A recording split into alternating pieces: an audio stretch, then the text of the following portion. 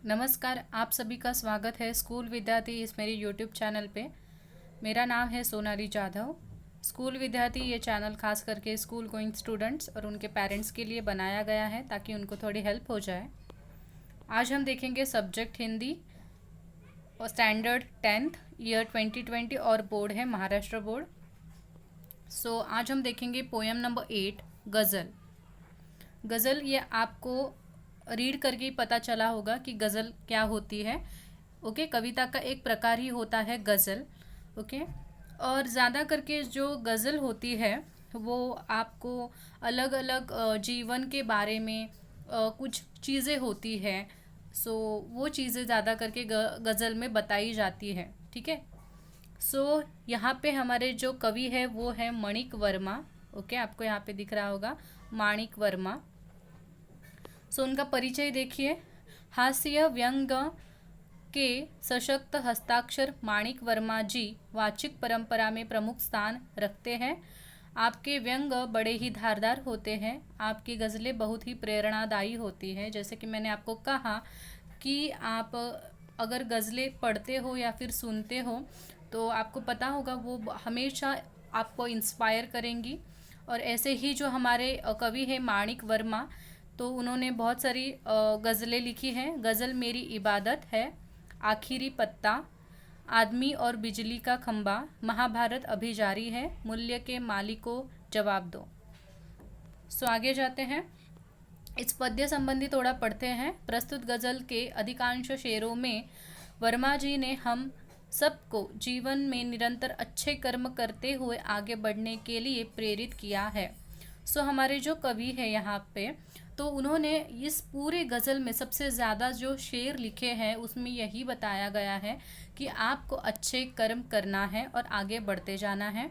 गज़लकार ने संदेश देते हुए कहा है कि अपने रूप रंग से सुंदर दिखने के बजाय अपने कर्मों से सुंदर दिखना आवश्यक है। और ये सबसे ज़रूरी चीज़ है हमारी लाइफ में भी कि हमें मन से सुंदर होना चाहिए, ना कि तन से। ठीक है, आगे बढ़ते हैं। पोयम ये जो है गज़ल वो बहुत ही खूबसूरत है और आपको ये पोयम जब मैं सिखाऊंगी अभी तो आपको बहुत इंस्पायर करेगी। आई होप सो स्टार्ट करते हैं। आपसे किसने कहा स्वर्णिम शिखर बनकर दिखो, शौक दिखने का है तो फिर नींव के अंदर दिखो। ओके, यहाँ पे देखिए लेखक ने बहुत ही अच्छी और कमाल की बात कही है कवि ने। आपसे किसने कहा मतलब आपको किसने कहा है कि स्वर्णिम शिखर बनो।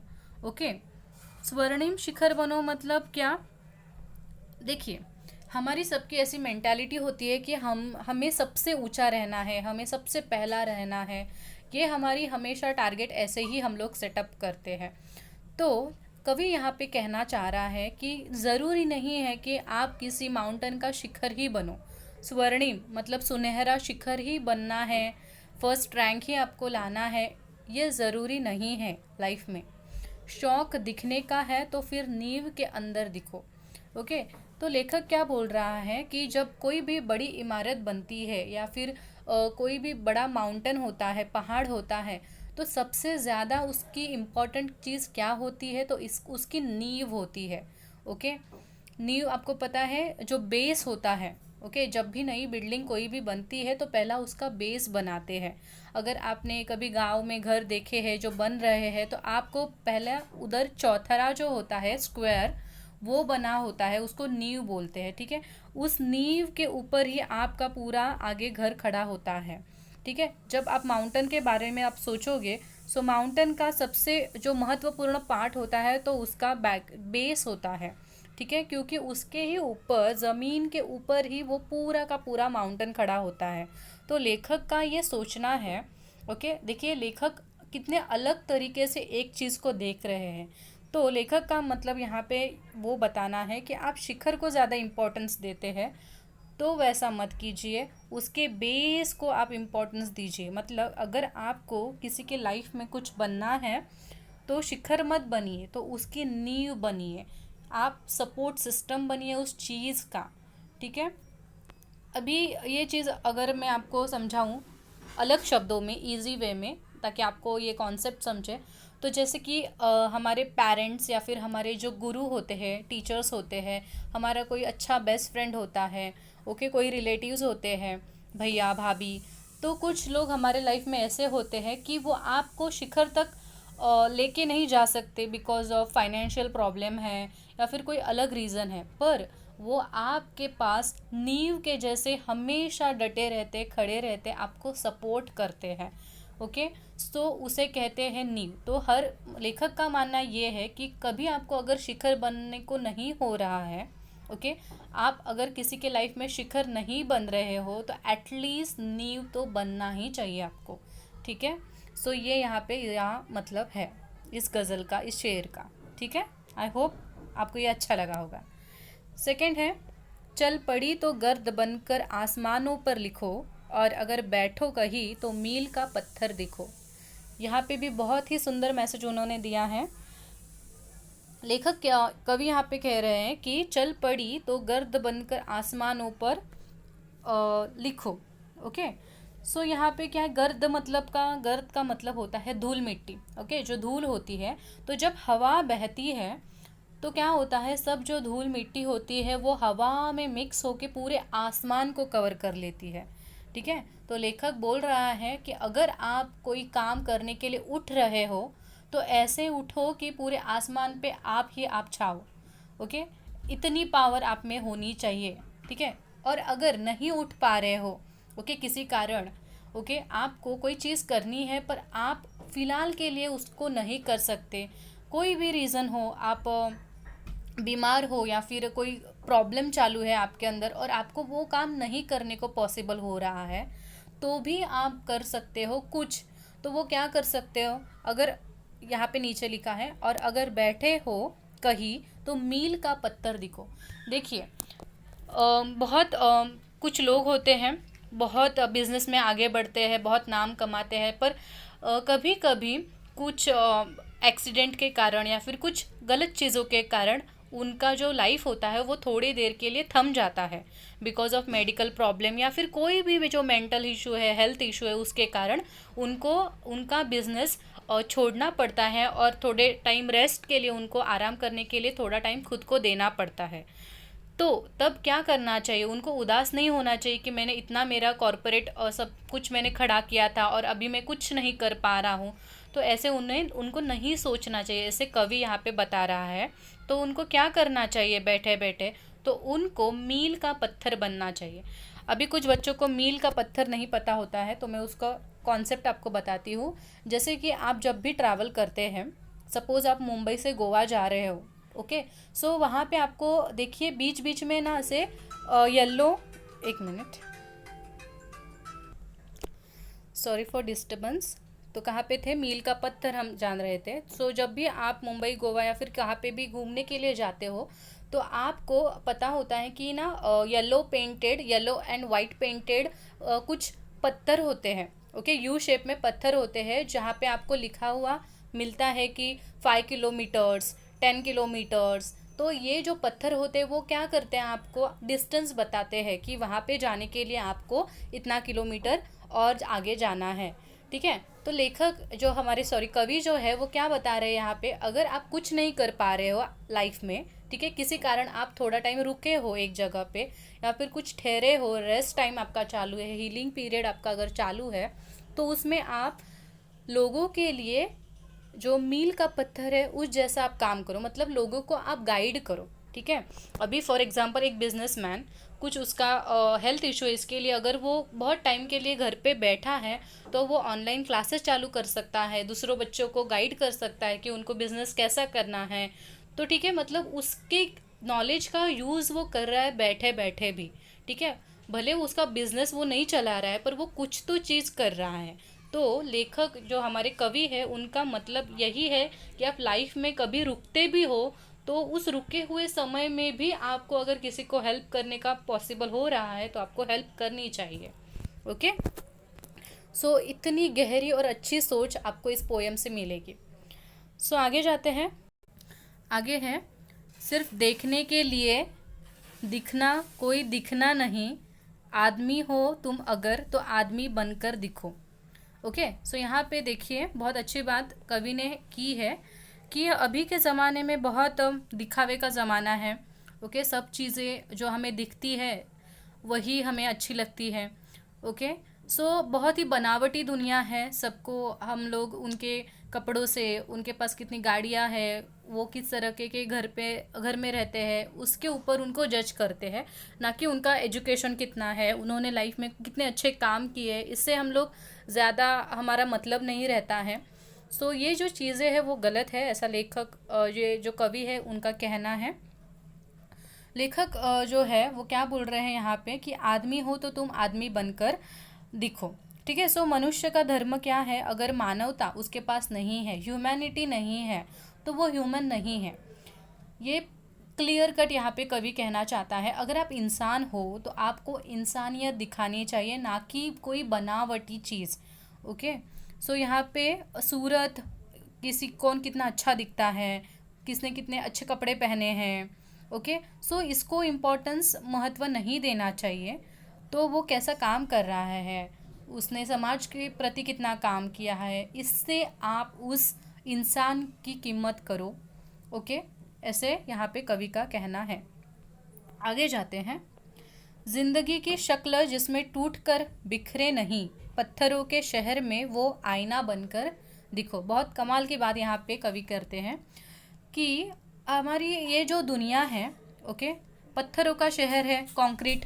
ओके, पत्थरों के शहर में हमारे जो दिल है वो भी पत्थर जैसे हो चुके हैं। हमें ह्यूमैनिटी समझ में आती नहीं है। ओके, हम बहुत निर्दयी हो चुके हैं अंदर से, हमें कुछ महसूस नहीं होता। बच्चे जो सुन रहे हैं, तो बच्चे तो अभी इस दुनिया में अभी तक बाहर नहीं आए, क्योंकि अभी तक उनका 10th हुआ नहीं है। पर जब वो कॉलेज जाते हैं तो उन्हें पता चलता है कि कैसे लोग उनके साथ में होते हैं, और कितने चालाकी से वो फंसाते हैं बच्चों को। तो ये सब दुनिया बच्चों ने अभी तक नहीं देखी, इसके लिए उनका माइंड अभी भी बहुत ही सॉफ्ट हार्ट होता है। पर अगर पेरेंट्स देख रहे तो उनको पता है कि दुनिया बहुत ही क्या होती है, कभी कभी बहुत ही बुरी हो जाती है, और इसके लिए हमारे मन में भी वो बुराई इतनी अंदर गहरी गहरी जाके बैठ जाती है कि हम भी उनके तरह निर्दयी होते हैं। मतलब कभी किसी ने हेल्प आपसे पूछी तो आपका यही आता है दिमाग में, नहीं नहीं कुछ गलत होगा। सो हमारी हम ह्यूमैनिटी है वो धीरे धीरे खो जा रहे हैं, क्योंकि जो समाज का जो रूप है वो ही चेंज हुआ है ऑलमोस्ट। इसके वजह से हमारा भी थिंकिंग वैसे हो चुका है। पर फिर भी यहाँ पे देखिए कवि हमेशा होपफुल रहता है लाइफ के बारे में। तो कवि यहाँ पे ये बता रहा है कि आप एक ऐसा आईना बनो इस पत्थरों के शहर में जो कभी टूटे ना। मतलब आप इतने क्लीन रहो, इतने क्लियर रहो कि आप में जो सच्चाई है, ह्यूमैनिटी है, वो दिखे। मतलब इतने बुरे इस कलयुग में, हम लोग बोलते कि कलयुग है, सब गलत ही होगा, सब गलत ही सोचेंगे। सो इस गलत शहर में भी आप ऐसा आईना बनो कि जो कभी टूटेगा नहीं इस बुराई से। ओके, इतना अच्छा थॉट उन्होंने दिया है यहाँ पे। आगे जाएंगे। आपको महसूस होगी तब हर एक दिल की जलन, जब किसी धागे सा जलकर मोम के भीतर देखो। यहाँ पे भी उन्होंने देखिए, गज़ल में जो कवि होते हैं उनकी एक अदा होती है। क्या अदा होती है कि वो आपको एग्जाम्पल देंगे। जैसे संतवाणी में हमने देखा कि वो एक चीज़ एग्जाम्पल दे के आपको समझाते हैं, और ये सबसे बेस्ट फॉर्मूला होता है। किसी को अगर समझाना है तो उसको कोई एग्जाम्पल दीजिए, तो उसके कॉन्सेप्ट, माइंड में वो कॉन्सेप्ट एकदम अच्छी तरह से बैठ जाती है। सो यहाँ पे लेखक ने मोमबत्ती का एग्जाम्पल दिया है। सो यहाँ पे उन्होंने क्या कहा है कि जब मोमबत्ती हम लोग जलाते हैं तो मोम तो जलता ही है। ओके, जो वैक्स होता है वो जलता ही है, पर उसके अंदर और कौन सी चीज़ जलती है? तो उसका धागा। ठीक है, जो मोमबत्ती के अंदर जो धागा होता है वो मोम के साथ जलता है। और वैसे ही हमें वैसे ही रहना है कि एक दूसरे का जो दुख दर्द होता है, सो उसको हमें समझना है। जैसे कि वो मोमबत्ती का जो लाइट होता है, प्रकाश होता है, वो जो ज्वाला होती है, ओके, सो वो उस धागे को अंदर होते हुए भी महसूस होती है, और वो भी उसमें जलता है। ओके, उस मोम के साथ वैसे ही हमें हमदर्द बनना है एक दूसरे का। ओके, यहाँ पे वो मैसेज दिया है। आगे जाते हैं। ये सबसे सबसे सुंदर मुझे ये वाला शेर लगा इस पूरे पोयम में, ठीक है। सो मैं आपको बताती हूँ, आपको भी देखिए अच्छा लगता है कि नहीं लगता है, और अच्छा लगता है तो प्लीज़ कमेंट में बताइए। एक जुगनू ने कहा मैं भी तुम्हारे साथ हूँ, एक जुगनू ने कहा मैं भी तुम्हारे साथ हूँ, वक्त की इस धुंध में तुम रोशनी बनकर दिखो। ओके, बहुत ही नाइस थॉट है। देखिए जुगनू, सो जुगनू आपको पता है फायरफ्लाई जो रात को चमकते हैं, ग्लिटरी ग्रीन कलर में होते हैं, ठीक है। और बारिश के सीज़न में, ठंडी के सीज़न के पहले थोड़े से वो आपको दिखते हैं नेचर में, ठीक है। सो देखिए रात के अंधेरे में जुगनू हमें क्या देता है, छोटा सा लाइट देता है। पर वो छोटा सा लाइट भी क्या होता है हमारे लिए बहुत इंपॉर्टेंट हो जाता है, क्योंकि सब जगह पे अंधेरा है तो इतना हमें टेंशन आता है। तो एक जुगनू भी अगर आपको उस अंधेरे में दिख जाता है तो आपको थोड़ी सी तसल्ली मिल जाती है, ठीक है। सो यहाँ पे कवि क्या बोल रहा है कि एक जुगनू ने भी कहा है कि मैं तुम्हारे साथ हूँ, वक्त की इस धुंध में तुम रोशनी बनकर दिखो। देखिए हमें आज या कल कोई ना कोई मदद करने के लिए हमेशा होता ही है जुगनू की तरह। पर इसका मतलब ये नहीं है कि हम अपनी तरफ से कोई कोशिश नहीं करेंगे। कवि यहाँ पे ये बोल रहा है कि ठीक है, आपको जो नेचर है, जो यूनिवर्स है, जो गॉड है, जिसके जिस जिस कोई किसी पे आप बिलीव करते हो, हाँ, जिस भगवान को आप मानते हो, जिस सुपर नेचुरल पावर को आप मानते हो, वो आपके साथ हमेशा रहेगी ही। पर इसका मतलब ये नहीं है कि आप कुछ भी काम नहीं करोगे, कुछ भी आपके हिसाब से हार्डवर्क नहीं करोगे और बोलोगे नहीं नहीं भगवान है सब कुछ दे देगा। नॉट पॉसिबल, ठीक है। सो कवि यहाँ पे बोल रहा है कि आपको खुद को रोशनी बनना होगा। अगर आपको अंधेरे से बाहर निकलना है तो आपको खुद मेहनत करके रोशनी बनना होगा, ठीक है। जुगनू तो आएगा ही आपकी हेल्प करने के लिए, पर आपको भी खुद को रोशनी बनना होगा। आपको जो पूरे लाइफ में आपका संघर्ष है वो आपको करना ही है। आप ऐसे नहीं बोल सकते कि नहीं कुछ मैजिकल चीज़ हो जाएगी आपके साथ और सब कुछ ऐसे ही चला जाएगा। ऐसे ही कोई चीज़ नहीं चली जाती, आपको उसका स्ट्रगल करना ही पड़ता है। ओके, सो इतनी डिफ़िकल्ट चीज़ है जो हमारे कवि ने बहुत ही इजीली आसान तरीके से यहाँ पे बताई। इसके लिए ये मुझे सबसे अच्छा स्टांजा लगता है, ठीक है। सो आगे जाते हैं। एक मर्यादा बनी है हम सभी के वास्ते, गर तुम्हें बनना है मोती सीप के अंदर दिखो। ये भी बहुत सुंदर कॉन्सेप्ट है। देखिए यहाँ पे लेखक ने मर्यादा के ऊपर सब बातें बताई है। मर्यादा यानी लिमिट्स, ओके। अभी की जनरेशन जो है, ओके, अभी की जनरेशन का एक थॉट प्रोसेस होता है कि हमें अनलिमिटेड चाहिए, ओके। वो लिमिट पे ट्रस्ट नहीं करते। उनके लिए लिमिट मतलब बंधन हो जाता है कि नहीं नहीं मैं क्यों लिमिट में रहूँ, वो ऐसा कर रहा है तो मैं वैसा क्यों नहीं करूँ, ओके। सो आज की पीढ़ी जो है, आज की जनरेशन जो है, वो फ्रीडम के ऊपर ज़्यादा फोकस करती है। उनको सब जगह पे फ्रीडम चाहिए, थॉट में फ्रीडम चाहिए है, घर में फ्रीडम चाहिए उनको। सो उनका अलग तरीका है सोचने का, ओके। पर यहाँ पे लेखक ने जो लिमिट्स होती है उसके बेनिफिट्स आपको बताए हैं, ठीक है। और उसके लिए उन्होंने एक सुंदर ऐसा उदाहरण दिया है यहाँ पे, मोती, ओके। मोती कहाँ पे बनता है, सीप के अंदर बनता है। वो जो शेल होता है आपको पता है, ओके। वो शेल के अंदर क्या होता है, मोती बनता है। तो लेखक क्या यहाँ पे कवि क्या बोल रहा है कि जब भी कोई जो ये होता है, मोती अगर बनना है तो उसको, वो रेत के दाने को उस सीप के अंदर ही रहना होता है, उस शेल के अंदर ही रहना होता है, तभी जाके वो मोती बनेगा। अगर वो उसकी लिमिट जो है, उसकी मर्यादा अगर वो बाहर आता है सीप की, तो वो मोती नहीं बनेगा, ठीक है। वैसे ही हमारे लाइफ में कुछ हमारी लिमिट्स होती है, कुछ हमारी मर्यादाएं होती है, उसी के अंदर रह के भी आप मोती बन सकते हो। ऐसा कोई ज़रूरी नहीं है कि कुछ बियॉन्ड द लेवल ही करना चाहिए आपको, तभी जाके आप फेमस होगे, तभी जाके आप रिच होंगे, ऐसा कुछ नहीं है। तो देखिए यहाँ पे लिमिट्स मतलब क्या बताई है कि कुछ कुछ लोग पैसा कमाने के लिए या फिर बहुत रिच होने के लिए, ओके, क्या करते हैं, करप्शन करते हैं, मतलब लिमिट्स क्रॉस करते हैं, बुरी चीज़ें करते हैं, ब्लैक मनी कलेक्ट करते हैं। तो कवि यहाँ पे ये कह रहा है कि आपको आपकी जो लिमिट्स है उसको क्रॉस करके कोई चीज़ अचीव करनी नहीं चाहिए। आप लिमिट में भी रह के, भले आपको जहाँ पे आप ब्लैक मनी कमा के 2 साल में अगर आप रिच होंगे, पैसे वाले अगर आप होंगे, तो आपको वहाँ पे 2 साल के जगह पे 4 साल लग जाएंगे। पर ऐसा नहीं है कि आपको टारगेट वो अचीव नहीं होगा, आप लाइफ में रिच नहीं बन पाओगे, टाइम ज़्यादा जाएगा। पर जो आप कर रहे हो वो लिमिट में रह के कर रहे हो, ठीक है। तो आपको कोई डिप्रेशन नहीं होगा, कोई घबराहट नहीं होगी कि आपने कोई गलत काम करके ये अचीव किया है। तो वो जो सेटिस्फैक्शन होता है वो सबसे कमाल की चीज़ होती है जब कोई आप अच्छा काम करते हो लाइफ में, ठीक है। सो ये बात यहाँ पे कवि ने बताई है। और आगे है,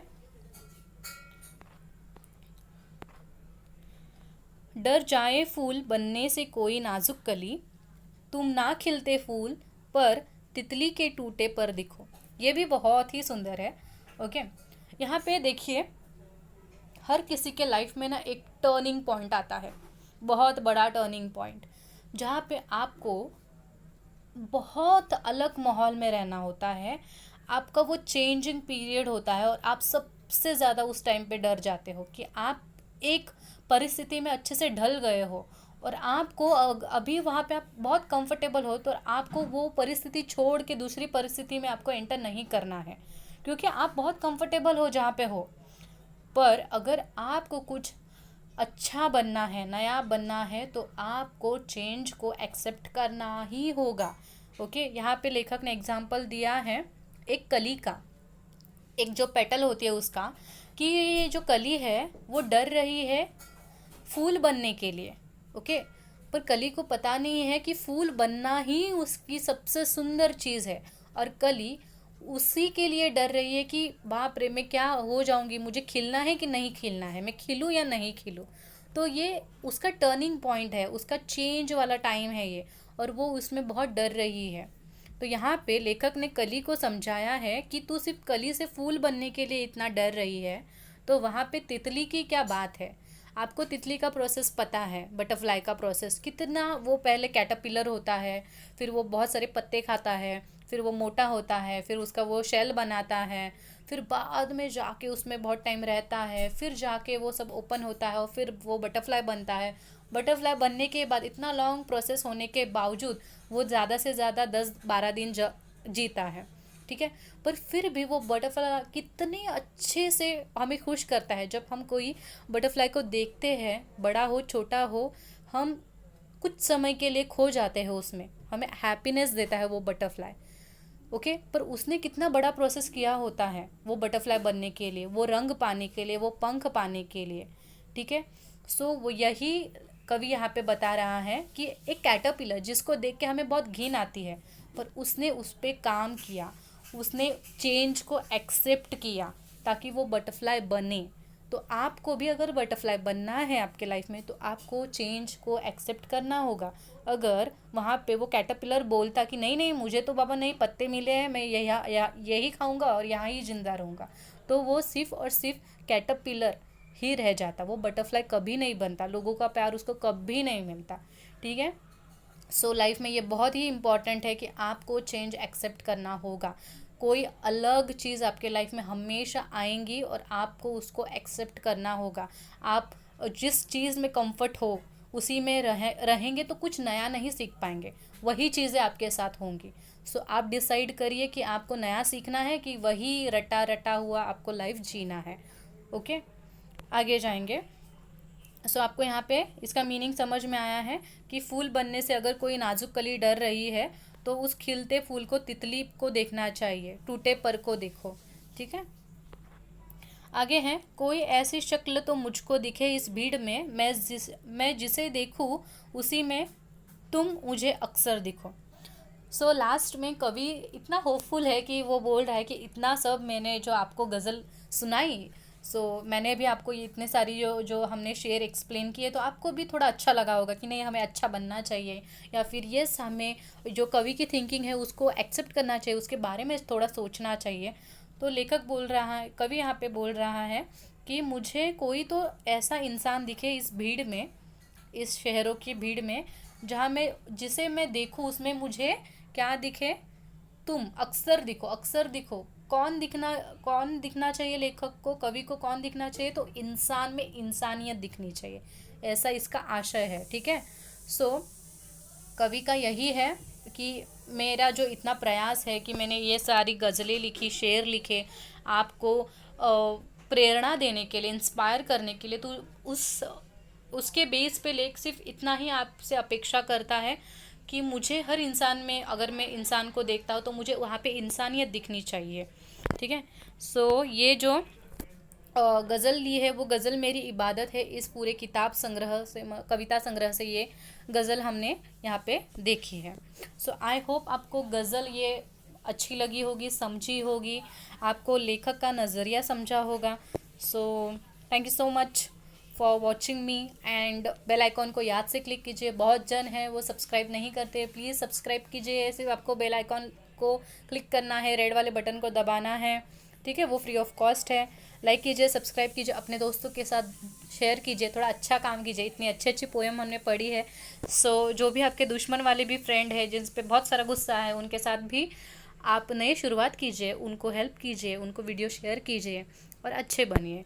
सो थैंक यू सो मच। आगे मिलते हैं नए वीडियो के साथ, तब तक के लिए धन्यवाद। कैसी लगी पोएम कमेंट सेक्शन में बताइए। Bye bye.